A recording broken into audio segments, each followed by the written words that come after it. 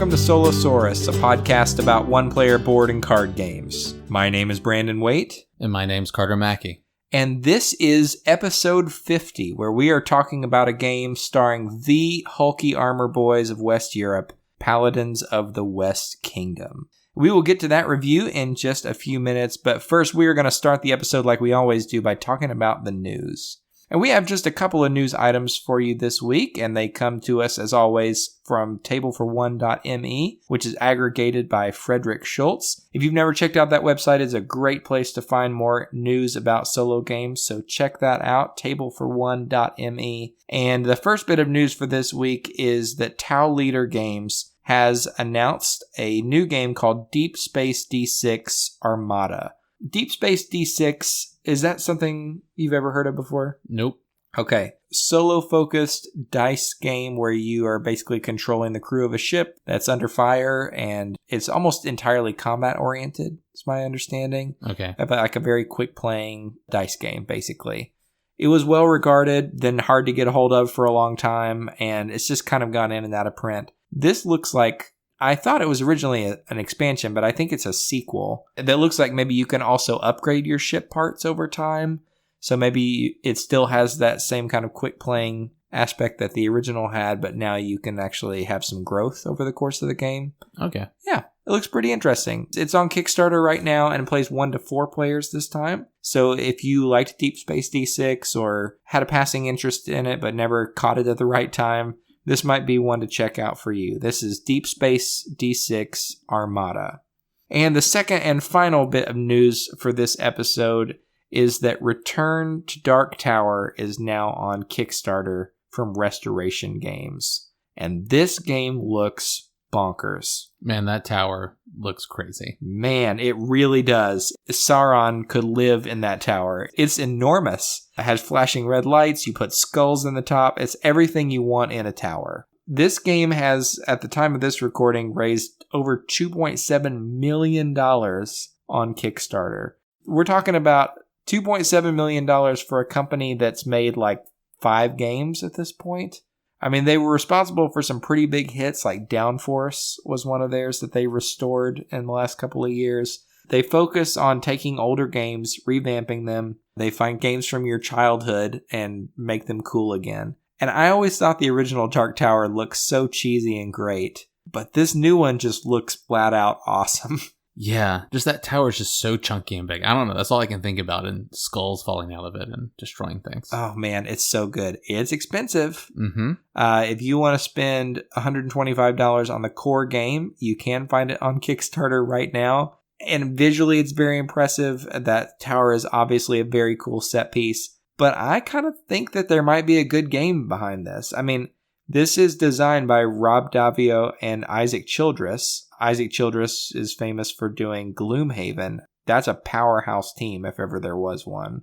So I'm anxious to see more about it. It looks like it has true solo play, or at least it seems to, based on some of the preview videos I've seen. Plays 1 to 4 players, and yeah, it looks really solid. So if you're interested in spending a lot of money on a big set piece, check out Return to Dark Tower on Kickstarter. You've already backed this, right? No. Okay. No. Yeah, me either. Oh, okay. And that's all we've got for the news for this episode. Before we get to the review, we want to give a quick shout out to our sponsor for this episode, and really for all episodes. That is Stone Valley Games. If you have not yet checked out Stone Valley Games online, they are a great game store. If you don't have a friendly local game store near you, or you have one but they don't really stock many solo-friendly games, you definitely want to check this out. They have a great selection of solo games. They post reviews. They try to foster good community online in their online social spaces. And on top of that, Eric and Wendy, who run the company, are super friendly and professional and do a great job running the store. If you have friends or family in the U.S. military who are stationed abroad, they will ship games to those folks for free. So if you're looking for a game for somebody who's deployed, that's a great opportunity. My brother-in-law is being deployed like right now, actually in the next week or two. And he's really into games. And at some point while he is in Afghanistan, I plan to send him something through this company because that's a pretty cool thing that they offer. So if you haven't yet, check out Stone Valley Games. And even if you're not interested in buying a game from them right now, you should keep your ears open for this next bit. Stone Valley is partnering with us to host a giveaway for Paladins of the West Kingdom, the game that we're about to review. So if you are interested in winning a copy of Paladins, you can go to stonevalleygames.com/paladins and fill out an online form there, and you will be entered to win a copy for yourself. So many thanks to Stone Valley for sponsoring that giveaway. Again, that is stonevalleygames.com/paladins. And if winning a copy of Paladins doesn't excite you that much, or you've already got a copy, stick around for after the review and we will announce a second giveaway that will run concurrently with this one for a game that we'll be reviewing on our next episode. So we'll get to that in just a little bit, but we're going to start right now with the review. And the review for this episode is for Paladins of the West Kingdom. This is a game that comes to us from designers Shem Phillips and S.J. McDonald and is published by Garphill Games and came out in 2019. This game plays 1 to 4 players with a solo mode in the box. And in Paladins of the West Kingdom, you play a nobleman or woman who is trying to gather workers from the city to defend against enemies, build fortifications, and spread faith throughout the land. Unfortunately, you are not alone in this. In his great wisdom, the king has sent his finest knights, the Paladins, to help aid your efforts. So every round, players are going to enlist the help of a specific Paladin and gather workers to carry out different tasks that are ordered by the king. And so as the game progresses, players are slowly going to increase their faith, their strength, and their influence. And not only will those affect your final score, but they're also going to determine the reach and impact of your actions. If you're playing a multiplayer game, the player with the most victory points wins. If you're playing a solo game, you win if you have more victory points than the Automa player, which is easier said than done. Mm-hmm. Yes. Yeah, we'll get to that in just a little bit. But let's start like we always do with the components for the game. And Carter, what do you think about the components for this one? I would say it's kind of very much the same standard artwork that you've seen in the other previous games that are kind of this trilogy with Raiders of the North Sea and Architects.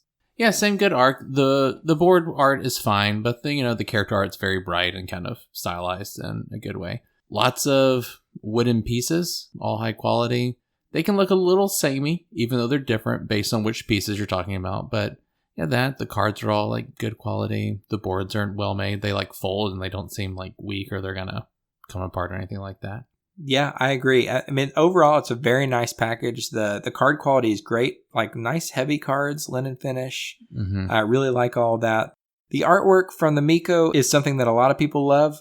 I find it to be like a little bit hit or miss for my taste. I think the cards tend to be better than the boards. The boards can sometimes look a little bit muddy to me, but it's not, I mean, that's really nitpicky. It's overall, it's a nice looking package, right? And like you said, the wooden bits are great. I do have a couple of complaints with the components for this game. The first, and I'm not the first person to say this, and I won't be the last. In fact, this isn't even the first review that I've said this in. I think I've said it twice before. I hate the box sizes that this company puts out. What? How could you be upset about a tiny box when it has so many pieces that go inside of it? I mean, so first of all, I am unnecessarily compulsive about box size. Mm-hmm. Irrationally so. Carter can back me up on this. All my friends make fun of me for it. It's fine. I don't understand why everything can't be in a Ticket to Ride size box. Setting that aside, there's a lot of stuff in this game. And I can put it back in the box, but seriously, just barely. And I have to kind of mash it down to get it to all go in the box. I don't understand why we can't just have a slightly bigger box. Yeah, it would definitely make it a little bit easier to pack up without having to perfectly like premeditate how you're going to stuff everything inside there. Yeah. And there's a lot of pieces in this game too. And at once upon a time when I was first looking at this game, I saw that Folded Space put out an insert for this. And I thought, that if I ever got this game, that would be really handy because, obviously there are a lot of bits. And the organizer that Folded Space put together looks so nice. I was scrolling down through the images of it and everything thinking, man, how did they get all this stuff in there? Until you reach the bottom of the page and you realize the box has like more than an inch of lid lift on it because you can't possibly fit it all back in there with an organizer too. It's a lot. It's pretty intense. But overall, those are pretty minor complaints, I think. It's a very nice, well put together package, and that's because Garphill Games, I think they're solid publishers in terms of what they're able to crank out production-wise. They source good components, and everything looks good in the final product. And as for the rules, I think they actually do a really good job with the rules as well. Yeah, I would agree. They're easy to read, a little long, at least to me. I don't know. Yeah, it's definitely a more intense game than the others in the series. Right, so it's more to get through the rules, figuring out how the actions work, things like that. And that doesn't even really take into account wrapping your head around what all these rules mean. But yeah, well laid out, makes sense. I didn't feel like I was having to like flip back and forth because I was getting confused about things. If I did need to look something up again, like with the actions, I could just go straight to it and be set. Yeah, I thought so too. I think the rules are quite clear. I read through the rulebook one time. I had to look up just a couple of things in my first play, but actually less than normal, I think. The solo rules are fairly substantial in here. I mean, it's a few pages worth of rules. Yeah. But even those, they weren't difficult. I think that the thickness of the rulebook is just because they go to great lengths to make sure that everything is clear. They have good examples. They kind of over-explain everything, but not, that sounds negative. It's not a negative. They just work to be very clear. Yeah. So I'm really impressed with the rule books for all of their games, and I think that holds true here too. And so when it came time to play the game, it wasn't the rules that were making me pause and agonize over my decisions. It was the game mechanics themselves, which are much more intense than the other games that we have played from this publisher. It's definitely much more, I guess, complex, or there's more things happening simultaneously in different systems that are interconnected than in the previous games. Yeah, that's a good way to say it. I mean, just for context's sake, this game is the middle entry in the second trilogy produced by this company. There was the Viking trilogy that came first, that has two games I can never remember the names of, and Raiders of the North Sea, which is the one from that trilogy that everybody seems to love. And then this new trilogy was started with Architects of the West Kingdom, continued with this game, and will be finished next year with Viscounts of the West Kingdom, which was just announced, and we covered in the news section in the last episode. So as I understand it, Architects, which got the stamp of approval, it's a very good game. I thought it was like kind of a light medium weight worker placement game. Yeah. Viscounts, I think, is supposed to be kind of middleweight compared to Architects in this one. Paladins is very clearly a step up in complexity from both Raiders and Architects. Yes. If you have been playing games from Garphill and liked them and thought they had good design elements but wanted something more to crunch on, it is definitely here. Now, I have heard people call this a heavy Euro game. I do think that's a mistake.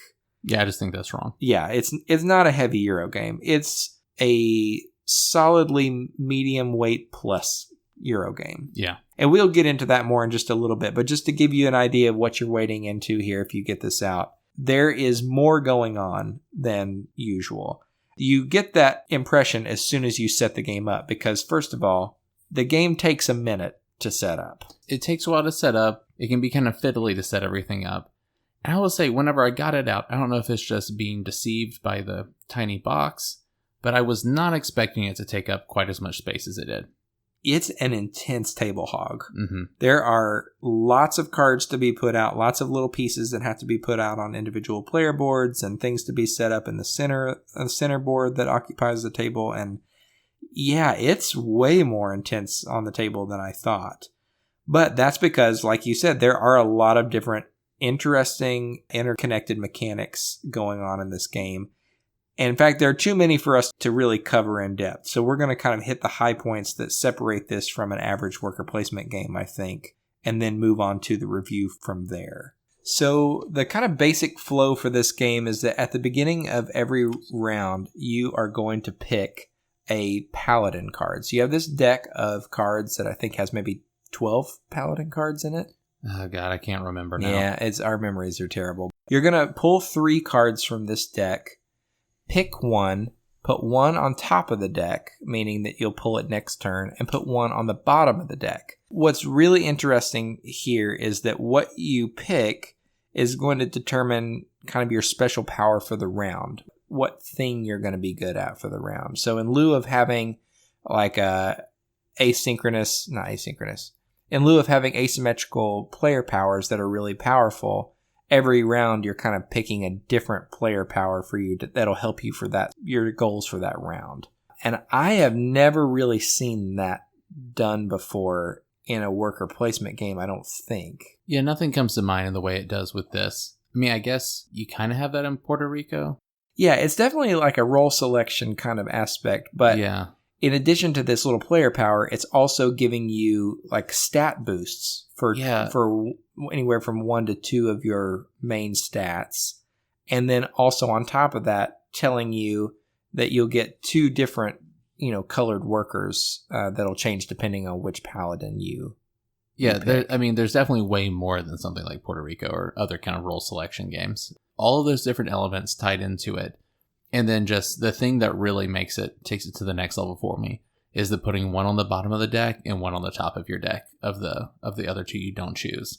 That's so great. That is a brutal decision. I really like that. What was interesting about Architects of the West Kingdom for me is that it really changed up worker placement by letting you just continue to pile up workers in one spot and make that spot better and better for you. And then you could round up and arrest people's workers, right? And that was novel and fun, but also like a little bit goofy, right? There's not that much planning or thinking that goes into it. It's kind of, push your luck element almost in a way. Yeah, definitely. Yeah, just see how many you can pile up before you start attracting too much attention. But this is a fascinating decision right off the bat, and one that's full of strategy and tactical depth. For one thing, not only is that one power really interesting to you, but those stat boosts are really going to give you some freedom in terms of what you can accomplish in the round. That's, in some ways, a bigger deal than the special power. Yeah, and for the first few turns, I kind of forgot about that. When I remembered that and just realized that, like, oh no, I'm working with this. It's just, I don't know, it's just really, really nice and can make such a huge difference. Oh yeah, it's fascinating. And even if those 2 things were the only things you were looking at, that would already be an interesting decision. But the other thing that's neat about this game is that every round you're going to get 6 workers. And there are different colored workers in this game, and some worker placement spots can take any color worker. Others require you to have different color workers, and most of them require you to have more than one. So you may have to put down 3 workers to complete an action, and one of them needs to be green, one needs to be red, and the other one can be any color, right? That's important to note because at the beginning of each round, in addition to picking a Paladin card, you're going to draft one of these cards that are available in the center of the table that give you 4 workers of different colors. And there's a whole deck of these cards, and it's just the cards are really just a more efficient way of drafting different color combinations of workers. But considering what to draft there in combination with what to draft on your Paladin card choice is almost mind-numbing, because what you almost have to do here if you want to play well is plan out your entire turn in these 2 card decisions. Because if you don't, you're very quickly going to find yourself in a spot where you really wanted to do this, like let's say these 2 or 3 actions, but you only have 1 green worker and you need 3 to get it done. Sometimes, even with all the planning in the world, you couldn't make your plans come to fruition. Right, but because you have a general idea of what you're trying to do in the game strategy-wise, and you've got to try to pick cards that match with that in terms of the color of the workers, that comes together to be just a really wonderful and, I think, novel decision space. Yeah, absolutely. I'm trying to think, or not even think, just remember how bad it felt to try to make that decision. And it didn't feel good, as in because it's just so hard. You're trying to what am I going to be able to do everything? But I don't know. I feel like it was maybe, at least in the single player or the solo version, it's limited enough where it wasn't too bad. But man, yeah, it's a lot to take in. Yeah, I have not played this multiplayer, but I did try to imagine what it would be like to play this with some of our friends multiplayer. especially Will Hedrick, who is probably going to listen to this episode at some point. He's the guy who helped us to review Star Realms Frontiers and Gentes, and wonderful human being.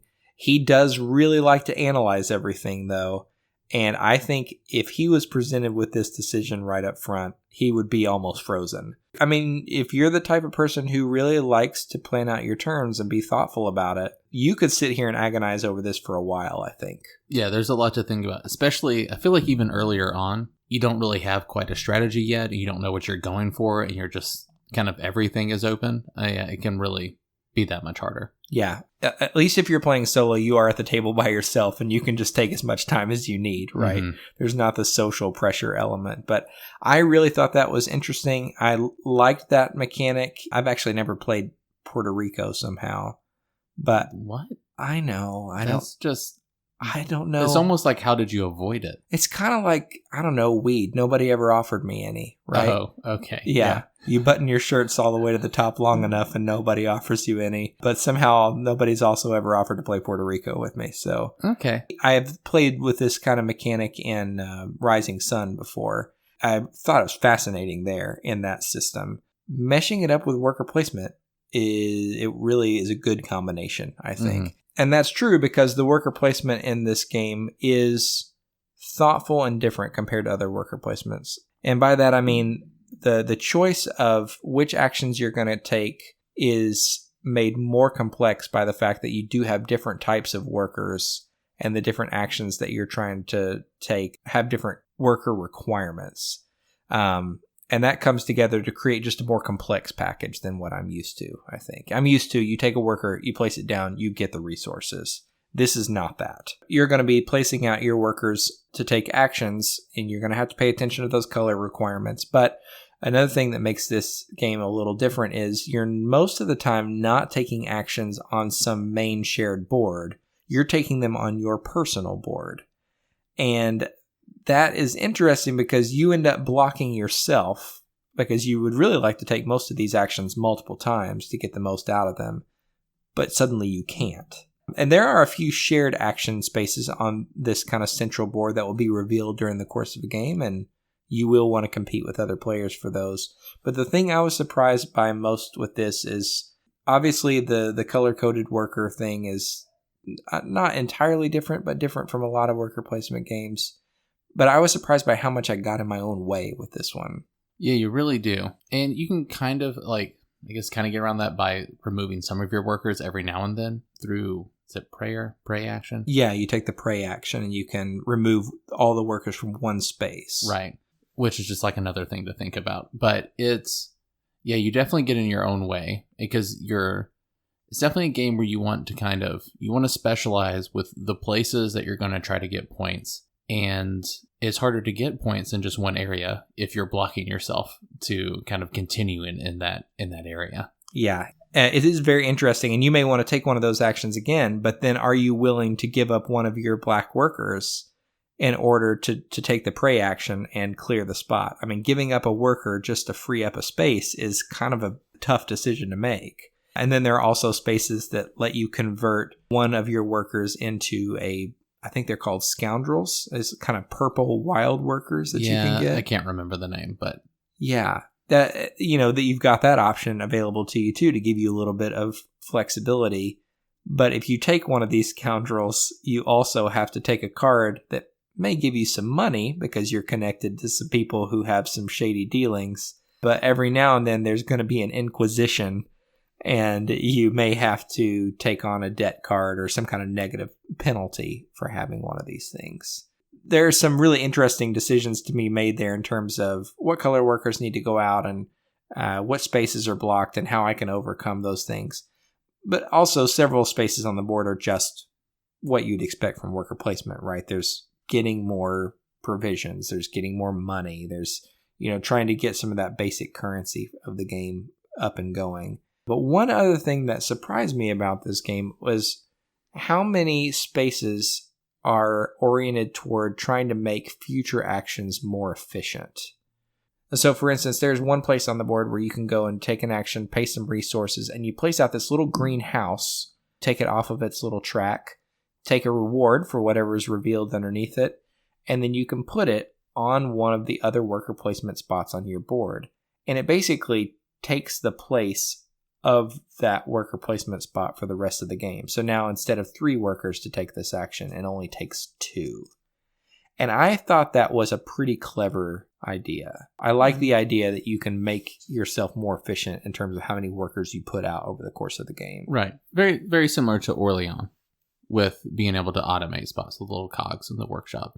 Yeah, see, I've only played Orleans one time, but yeah, I guess this isn't a new idea. Right. Yeah. It's similar to like the Orleans in that everyone has their own personal board. You have like a variety of types of workers to activate those of different colors and combinations.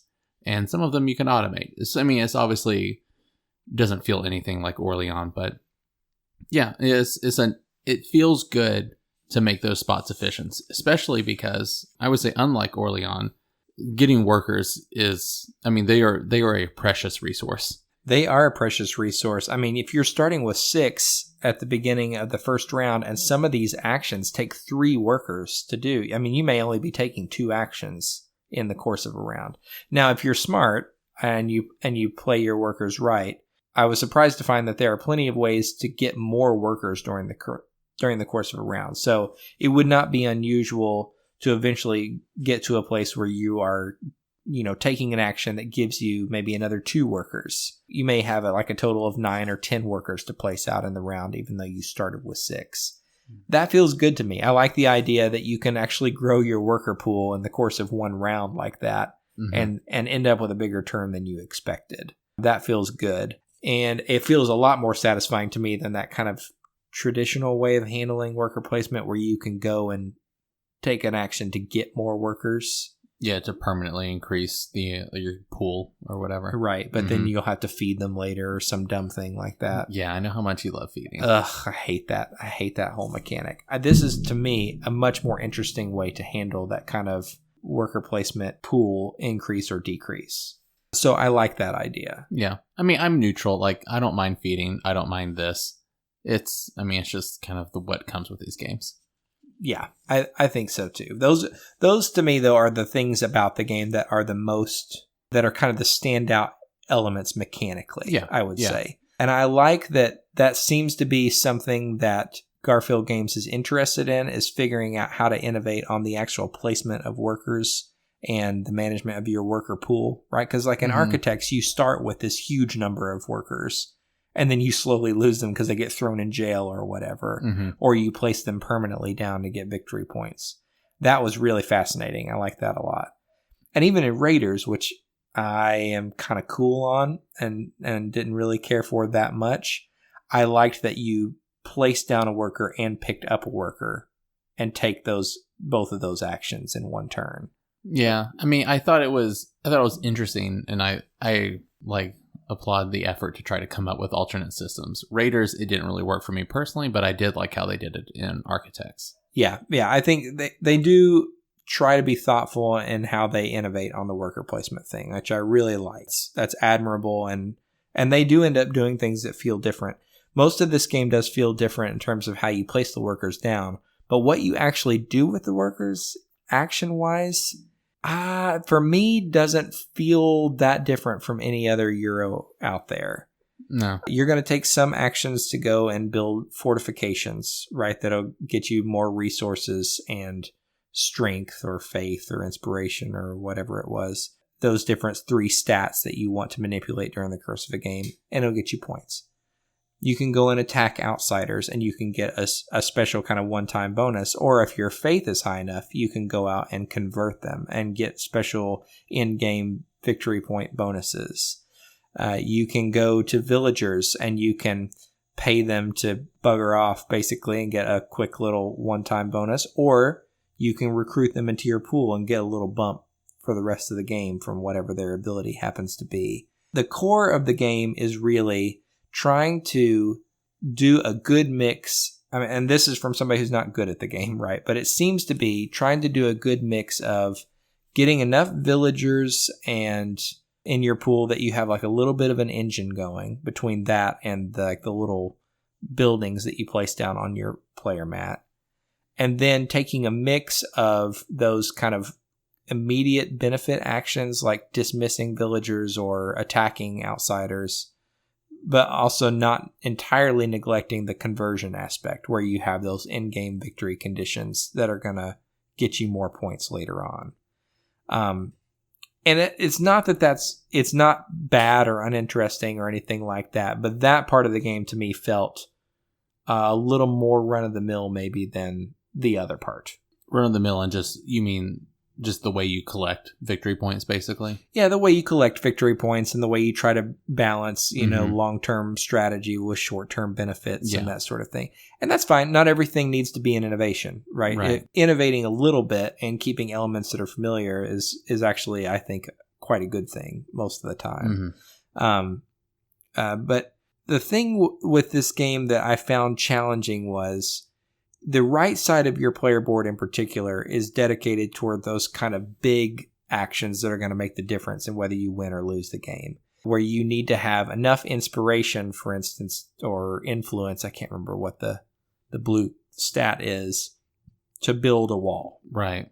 So you need to find some way to get that.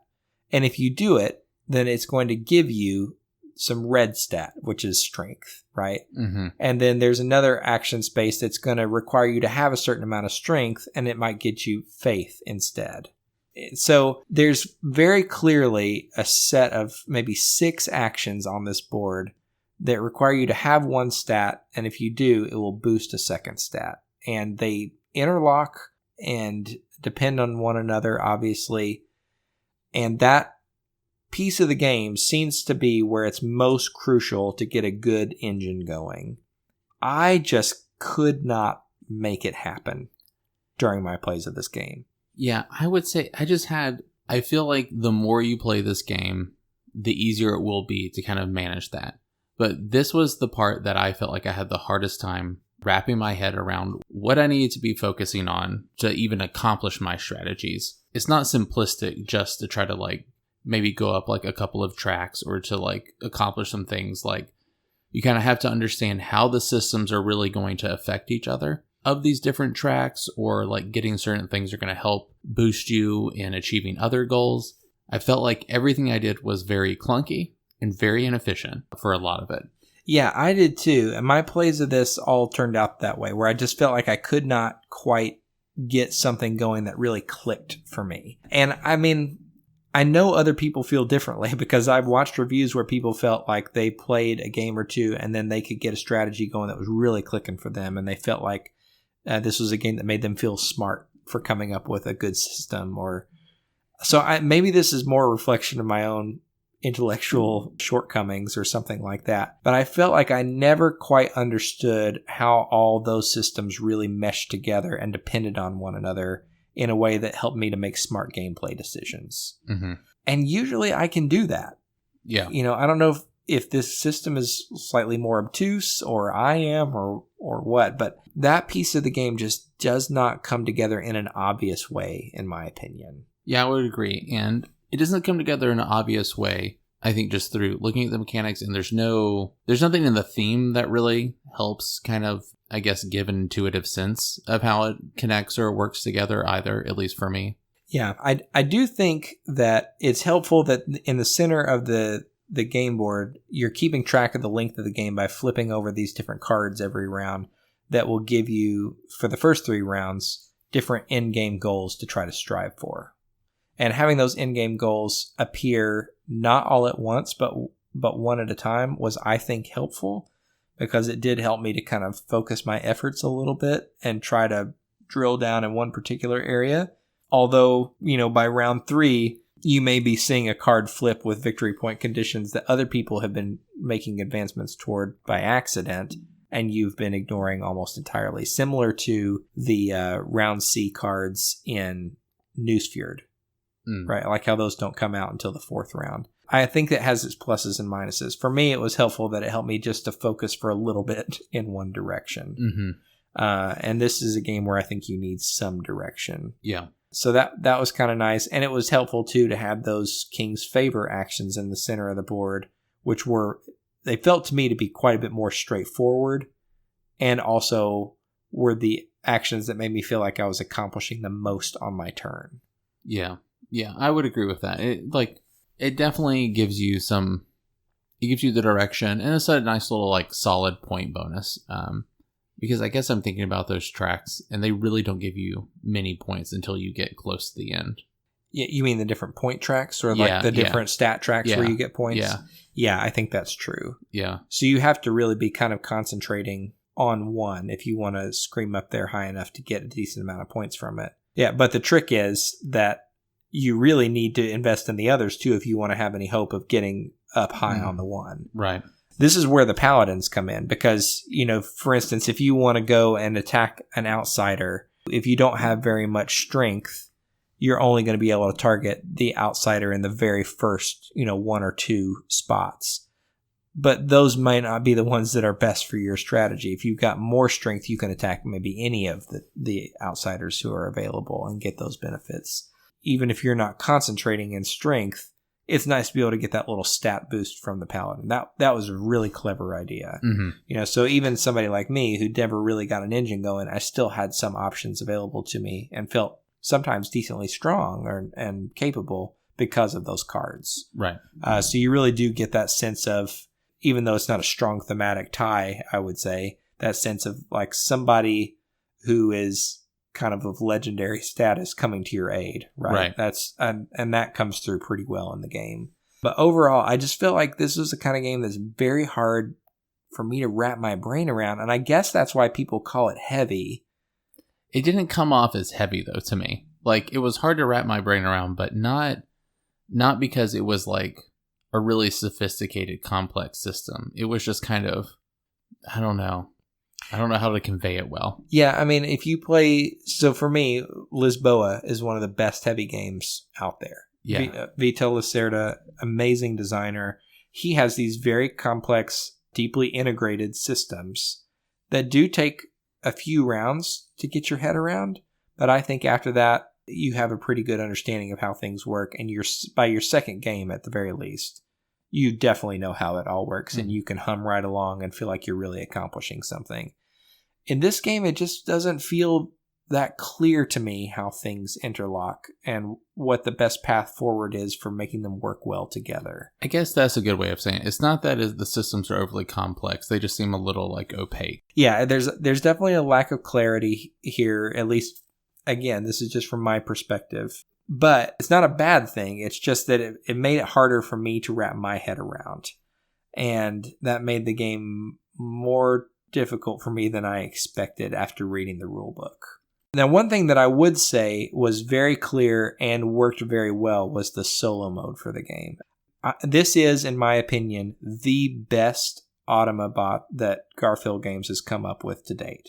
Easily. It still has the simplicity of draw a card and take an action, which I really like. But there are different actions that the Automa can take when it flips its card that may, shuffle its Automa deck again. And when it does, it will add in cards that make its deck stronger, that makes it compete for those King's Favor actions in the center of the table with you more and more during the course of one run through of the deck.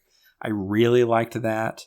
It does a great job of handling gathering resources, especially. I don't know how you feel about this, but I really don't like it when Automas make you gather resources for them.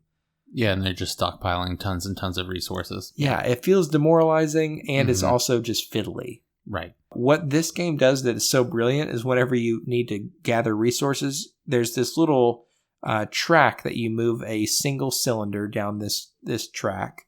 And when it reaches the end of the track, it resets, and the Automa player gets a benefit for that cycling through that track. And what's extra helpful is that track doubles as a guide for helping you to determine which card or goal that the Automa is going to target when it takes its action. So for instance, let's say you're on space 3 of this resource gathering track, and it takes an action where it's going to attack one of these outsiders. It's going to attack the third outsider, and you can see that very clearly from this track. That's where solo game rules tend to get bogged down for me. It's like, which card is this going to target again? Trying to decide optimal targets for Automa systems is a difficult thing to create rules for. This is the most streamlined version of that I've seen. Yeah, it's really nice because it's good in the sense that you can either make the rules really simplistic, where it's like it's always going to take the leftmost like target, and then if it can, it'll do whatever, or like leftmost action or something like that, or a more complex kind of fiddly rule set. And this is just, it's clear. I just look over the thing. It's going to be randomized, I guess, to some extent on how the automa is gaining resources. So I don't know. It has a nice variability, and I don't have to think like a second about where the action is happening. Yeah, what game this made me think of, and not because of similarity, but actually because of difference, was like Feudum. Trying to determine what AI action the automa opponent was going to do in Feudum was ridiculous. It took entirely too long to just determine this one simple thing. This is like a masterclass in figuring out how to do that well. Actually, what this reminds me of the most in terms of similarity is Anachrony. The player board has that kind of similar cycle feeling as the automa board in that game, which I love. And the whole thing feels smart and streamlined, which is a hard balance to pull off. Yeah. Yeah, I think it works really well. It's similar to it. I mean, I think Anachrony's is a little more sophisticated in how it moves around. Yeah, for sure. But yeah, I mean, it's a great use of design for the needs of the automa in this game. Yeah, definitely the most compelling and one of the most difficult that they've created, because I thought the one in Architects was kind of a pushover. Not entirely a pushover, I guess, but I was able to beat it pretty handily on my first couple of games. I got stomped consistently by this. And part of that's just that I just think that my brain is not wired to do well at this game. Yeah. Yeah. I would is also more challenging. Mm-hmm. Yeah. Absolutely. So that part of the game I think is excellent. If you're trying to figure out if this is a game for you for solo play, it's an excellent mode. That does not tell you everything that makes this game what it is, but I think it gives you a pretty good idea, and maybe now is a good time for us to move into the good, the bad, and the ugly for this title. For me, there are quite a few good things here. I would start off with, for the most part, the components are quite nice. The rules are solid. And the biggest thing for me is that Paladin role selection system. Yeah, it's so good. That's like by far my favorite part of the game. Yeah. I mean, the other good things that I've enjoyed there, I like how you could start one turn with 6 workers and maybe end up with 10. There's definitely more comboing in this game than I've seen in other games from this company. And I was glad to see them move in that direction a little bit. Right. I liked that, even though I can't do it officially, the bones for creating an engine that lasts and grows is here more than any of their other games. For me, my problem with Raiders was the pacing of it. I felt like I was building up resources and then blowing them all at once and then having to build up again. Same thing was true kind of in Architects, where you might pile up a bunch of workers on one space and get a little engine going there, but then it's all torn down again. Mm-hmm. This does have the potential for steady growth if you're better at it than I am. Yeah, I would probably echo all those things. The pacing in Architects didn't bother me as much, but I definitely did not like the pacing in Raiders. Yeah, the pacing in Raiders for me is quite rough. But if you didn't like that there, I think this is a step in the right direction here. And I would say the solo system for this is definitely a high point for me. Really thought that was excellent. Yeah. Yeah, neither of us played it multiplayer, but I would imagine this would be really comparable to a multiplayer experience. I think so. And honestly, after playing this, I think I usually have a good sense of what you would gain or lose in a multiplayer game. I don't think you would gain that much by playing it multiplayer. Mm-hmm. I mean, the fact that you put workers on your own board, it makes this a more solitary experience than most replacement games anyway. And yeah, the fact that the solo system is this robust and streamlined, I think solo is the way to go. So those things for me are really solid. There are a few things that we would say are maybe bad about this game. The box size is an obvious one. Just make it a little bigger, just a little bit. Make the world of difference. Yeah, it would make all the difference for me. Just give me a little bit of room in that box. The other thing for me too, and this might be just something that is true of all Garfield games, or all of the ones that I've played at least, and is just something that doesn't match up with my taste necessarily. But I have this feeling like whenever I play a Garfield game, I want my rewards to be better than what they are for the actions that I take. And for instance, when I take a villager or a townsperson or whatever, and I put them into my pool, that's part of the engine building aspect of this game. but the benefits for taking them are never as big as I want them to be. If I take a villager, it might say, you get a provision every time you build one of these green buildings that makes your worker placement more efficient.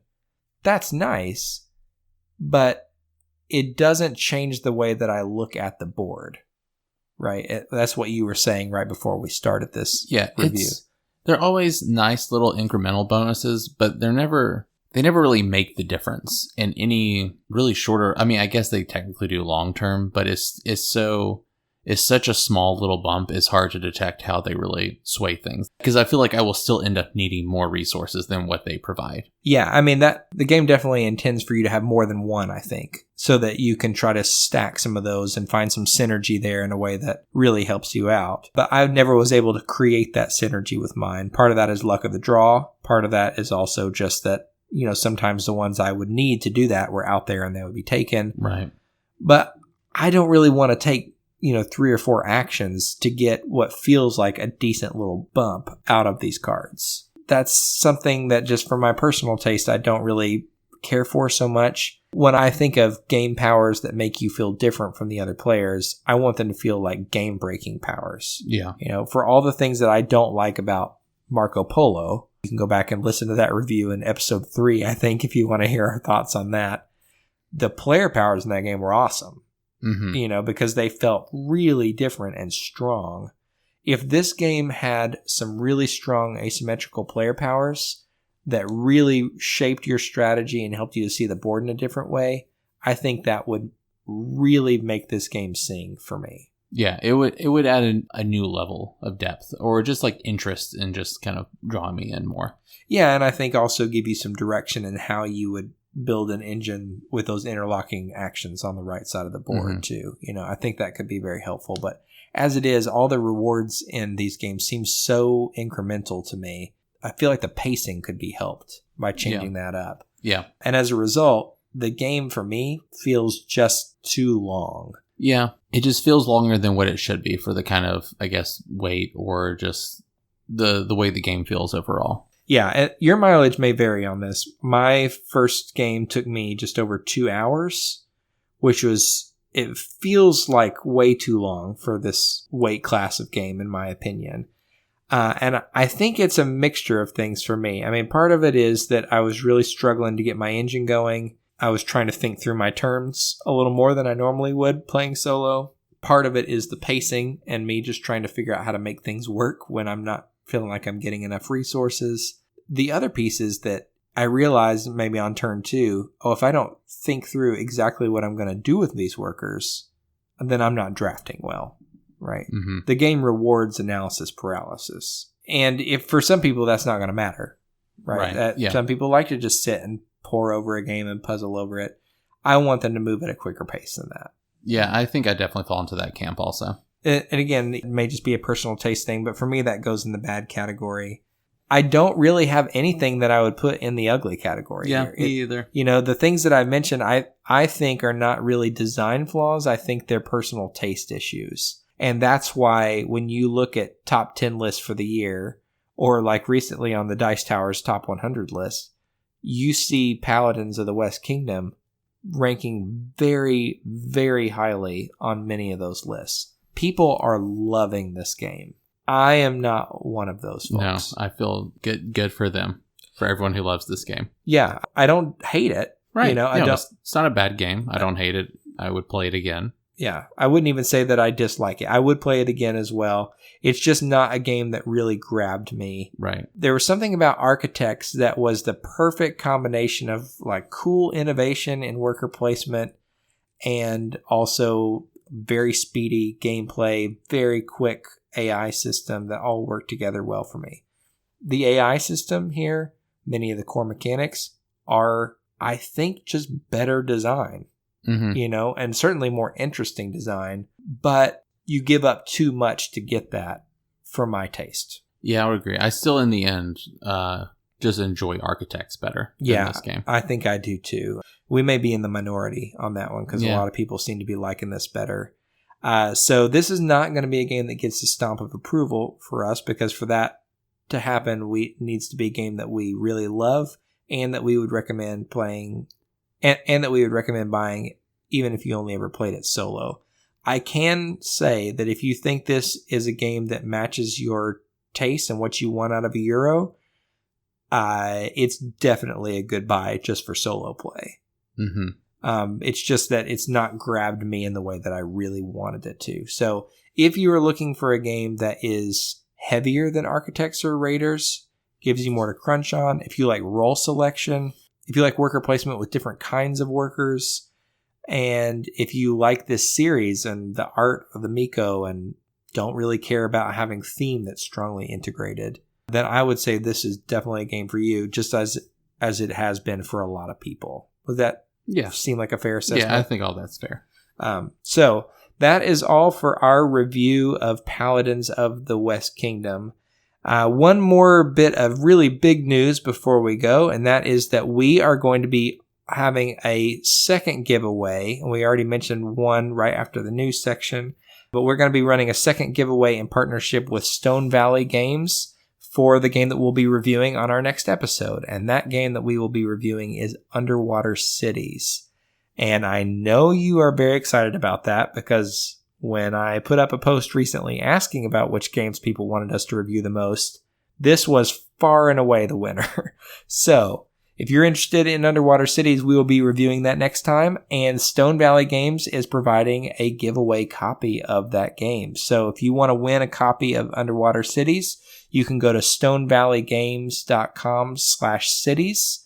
And like I said earlier, if you want to win a copy of Paladins, go to stonevalleygames.com/paladins. We will announce the winner of those drawings in our next episode, which will air on February 7th. So go on to their website, check that out. And while you're at it, check out the mini games that they have in stock because they're a really great company that deserves more love, I think. So many thanks to Stone Valley for providing those for us. If you haven't yet followed us on Facebook or Instagram, you can and absolutely should do that. We post the most interesting content in all the world, and you will love it.